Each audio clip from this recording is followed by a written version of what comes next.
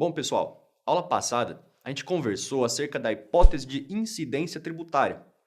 Nós vimos que a hipótese de incidência é a previsão legal e abstrata de um fato que, quando concretizado, implicaria no nascimento da obrigação tributária.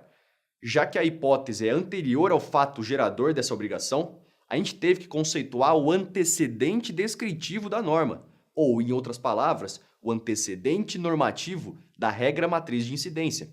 E mais que isso, abordamos todos os três critérios que compõem o antecedente da regra matriz.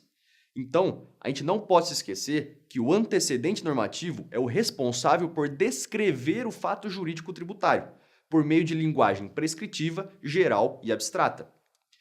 Tendo isso em mente, a gente parte então agora para o estudo dos critérios que identificam o vínculo jurídico que nasce com a ocorrência do fato gerador e que nos permite saber quem são os sujeitos da relação jurídico-tributária e qual o objeto exato e quantificado dessa relação. Estamos diante, portanto, do consequente normativo da regra matriz de incidência, que prescreve o dever subjetivo de pagar tributos e que é posterior à hipótese de incidência. O consequente normativo traz os critérios que delinearão o perfil da obrigação tributária imputada ao fato ocorrido. Ou seja, é a partir dos critérios do consequente normativo que saberemos como ocorrerá o cumprimento da obrigação tributária. Naturalmente, para poder identificar como se dará o cumprimento da obrigação tributária, a gente tem que saber duas coisas: quem irá pagar o tributo e quanto que esse sujeito deverá pagar.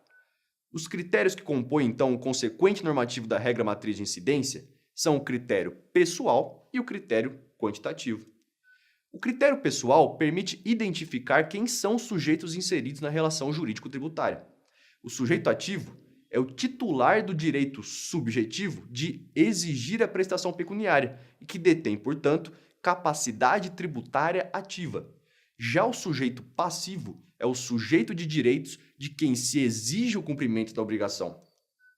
Quanto ao critério quantitativo, como o próprio nome sugere, é o que nos permite quantificar o montante de tributo devido. Esse montante devido é obtido através da combinação entre a alíquota e a base de cálculo, ou seja, é multiplicando o valor de uma pelo valor da outra que saberemos quanto de tributo o sujeito passivo terá que pagar por sujeito ativo. Os fatores que compõem o critério material, portanto, são a alíquota e a base de cálculo. A base de cálculo possui função primordial na composição da norma tributária. Isso porque ela possui três funções: a mensuradora, quando acaba por medir a dimensão de um evento para constituir um fato; a objetiva, já que corresponde a um fator na multiplicação com a alíquota; e, por fim, a comparativa, onde verifica a real natureza do tributo, ou seja, o verdadeiro critério material. Aqui, nessa função comparativa, a base de cálculo pode vir a confirmar, infirmar ou afirmar o critério material, o que evidencia a sua importância para o fenômeno jurídico tributário. Sendo esses os critérios que compõem o consequente normativo, a gente fecha, então, todos os critérios que compõem a regra matriz de incidência: o material, o espacial, o temporal, o pessoal e o quantitativo. Para sintetizar a estrutura da regra matriz, podemos dizer que ela é a norma que prevê tanto a hipótese de incidência quanto a obrigação dela decorrente. A análise da estrutura da regra matriz nos permite dizer que, quando verificado concretamente os fatos previstos na hipótese de incidência, podemos considerar como ocorrido o fato gerador da obrigação tributária. Galera, aqui vai uma dica.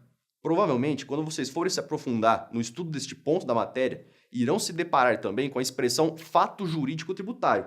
Mas calma, não se assustem com esse termo. O fato jurídico tributário nada mais é que o próprio fato gerador.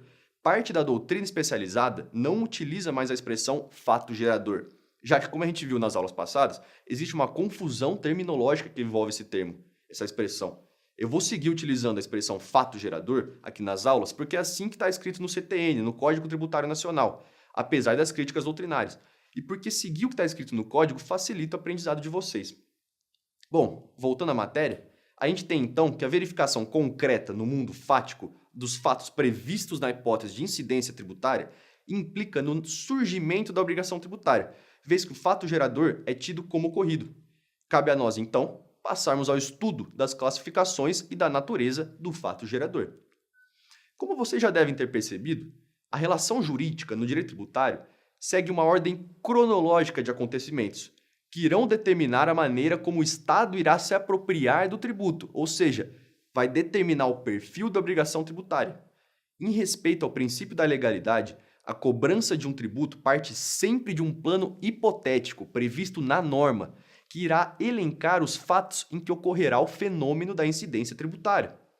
Partindo da hipótese de incidência, temos a concretização dessa hipótese, a materialização dela no mundo fático. Constitui o que chamamos, então, de fato gerador. O fato gerador é, dessa forma, a ocorrência da situação descrita na hipótese de incidência. A subsunção do fato jurídico, portanto, a norma, faz despontar a obrigação tributária. O momento da ocorrência do fato gerador, além de fazer surgir a obrigação tributária, é capaz também de definir a natureza jurídica do tributo, nos termos do que afirma o próprio artigo 4º do CTN. As exceções a este ponto são os empréstimos compulsórios e as contribuições, que se definem pela finalidade para a qual foram instituídos. A situação que constitui o fato gerador é considerada necessária e suficiente ao nascimento da obrigação tributária. Necessária porque sem ela não há surgimento da obrigação, e suficiente porque basta ela para que a obrigação nasça. Sendo o fato gerador, portanto, a situação fática necessária e suficiente para o nascimento da obrigação tributária, a sua definição legal é interpretada sem que se leve em conta a validade dos atos praticados pelo sujeito passivo. Justamente por isso, atos nulos e ilícitos, desde que surtam efeitos tributários, podem ser tributados normalmente, em respeito ao princípio do pecunia non olet, ou pecunia non olet. Em português, o dinheiro não tem cheiro. O traficante de drogas, por exemplo, por mais que aufira renda por meio ilícito, não se vê desobrigado de pagar imposto de renda. Só para contextualizar, o princípio do non olet é aplicado há muito tempo em diversos países do mundo e surgiu na Roma Antiga. O famoso gangster ítalo-americano Gabriel Al Capone, por exemplo, não foi preso por traficar bebidas alcoólicas. Foi preso justamente por sonegar imposto de renda. Mas atenção, isso não significa que o ordenamento jurídico admite a tipificação da tributação de atos ilícitos. A hipótese de incidência não pode nunca prever situações ilícitas como passíveis de tributação. O que se passa aqui apenas é que no momento da aplicação da legislação tributária são considerados os fatos ocorridos, independentemente de sua licitude ou validade. Importante frisar também que o fato gerador determina a lei a ser aplicada. Em outras palavras, o direito aplicável é aquele em vigor no momento em que ocorre o fato gerador. Assim, os efeitos jurídicos do fato gerador serão sempre ex nunc, ou seja, para frente. Nos termos do artigo 116 do CTN, considera-se ocorrido o fato gerador e existentes os seus efeitos desde o momento em que verificamos as circunstâncias materiais necessárias quando se trata da situação de fato e, quando se tratar da situação jurídica, desde o momento em que esteja definitivamente constituída. Assim, embora o imposto de importação, por exemplo, tenha como fato gerador a entrada de determinado produto em território nacional, a legislação específica que considera o fato gerador como ocorrido na data do registro da declaração de importação, na repartição aduaneira. Partindo para a classificação dos fatos geradores, é possível classificá-los em fatos geradores instantâneos ou simples, que constituem-se em um único ato ou negócio que, a cada vez que realizados no mundo real, implicam na ocorrência de um fato gerador. Sendo assim, então, repetem-se na medida em que a própria ocorrência se dá novamente. São exemplos de tributos que envolvem fatos geradores simples, o imposto de renda retido na fonte e o ICMS, entre outros.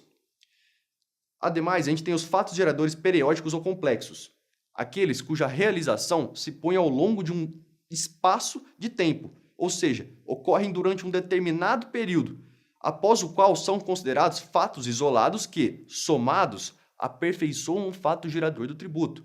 O grande exemplo aqui é o imposto de renda. Por fim, temos fatos geradores continuados, que se repetem ao longo do tempo, ou seja, persistem no presente e no futuro. A legislação determina um momento para que tais fatos geradores sejam identificados, que na maioria das vezes é o dia 1º de janeiro. Os exemplos deste caso são o IPTU, o ITR e o IPVA.